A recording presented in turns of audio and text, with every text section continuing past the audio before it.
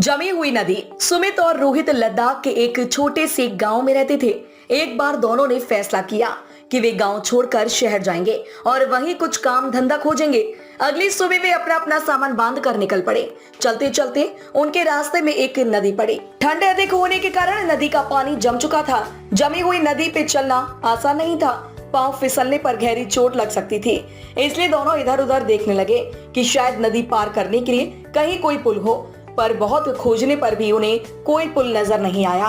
रोहित बोला, हमारी तो किस्मत ही खराब है, चलो वापस चलते हैं, अब गर्मियों में शहर के लिए निकलेंगे। नहीं, सुमित बोला, नदी पार करने के बाद शहर थोड़ी दूर पर ही है और हम अभी शहर जाएंगे। और ऐसा कहकर वो धीरे धीरे आगे बढ़ने लगा। अरे ये क्या कर रही हो, पागल हो गई हो, तुम गिर जाओगे। रोहित चिल्लाते हुए बोल ही रहा था कि सुमित पैर फिसलने के कारण गिर पड़ा। कहा था ना मत जाओ, रोहित झल्लाते हुए बोला।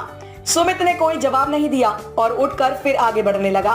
1 2 3 4 और 5वें कदम पे वो फिर से गिर पड़ा।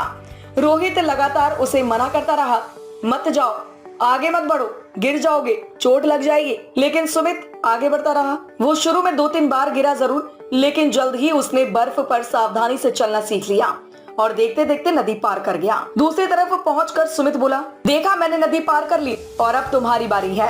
यही मैं यहाँ पर नहीं, मैं यहाँ पर सुरक्षित हूँ, लेकिन तुमने तो शहर जाने का निश्चय किया था, मैं ये नहीं कर सकता। सुमित ने मन ही मन सोचा और शहर की तरफ आगे बढ़ गया।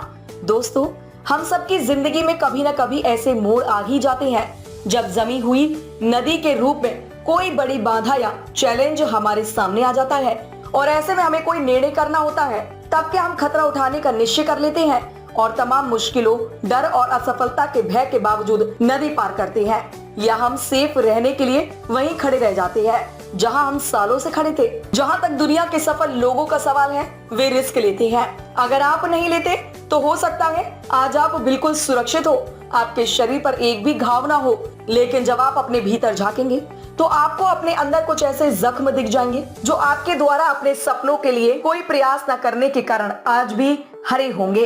फ्रेंड्स, पंछी सबसे ज्यादा सुरक्षित एक पिंजरे में होता है, लेकिन क्या वो इसलिए बना है या फिर वो आकाश की ऊंचाइयों को चूमने और आजाद घूमने के लिए दुनिया में आया है?